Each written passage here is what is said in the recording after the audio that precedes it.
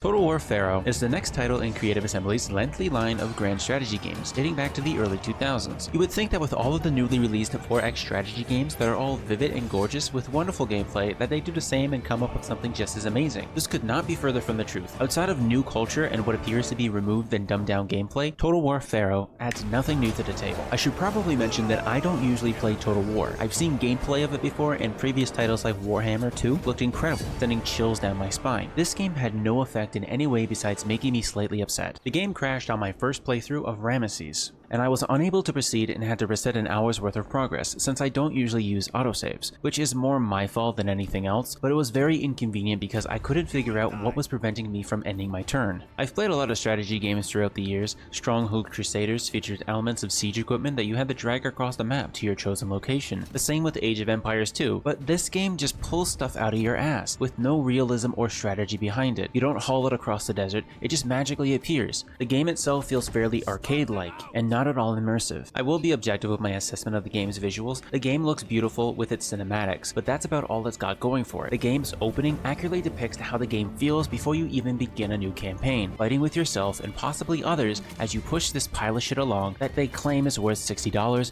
when it's definitely not. The game doesn't really immerse me into the culture of the Bronze Age Egyptians. The gameplay itself is boring and uninspired for the most part, while also being slightly complicated and not at all fascinating. I'm not sure how previous titles fared. In this game, however, you will be playing through each of the campaign through the perspective of each leader, constructing your military, managing your economy, and going to war. If you're looking for a full-on 4X experience, it doesn't even come close to doing that. It makes use of a few of the components but doesn't feel like anything special. There just doesn't seem to be anything new included with this release. It's almost as if they took a separate game or a previous title and chopped out a lot of the game elements before slapping a ridiculous price on top of it and calling it a Total War game. You can level your generals and equip them with gear, engage in manual combat, or for a better and more efficient use of your time, overwhelm them with the auto-attacking feature, as manual combat isn't all that engaging or interesting, at least from my opinion. This game does not ooze anything relating a Total War sensation, but more or less a way to make as much money with as little effort as possible, which seems to be a common trend from a lot of developers, new and old. This game is a waste of your time and your money. We spend money so you don't have to, and so we can help you better transform that money into well-deserved hours of gameplay that you'll want to return to. With the amount of money requested and the quantity of content provided, you could acquire games like Sid Meier's Civilization 5 Complete Edition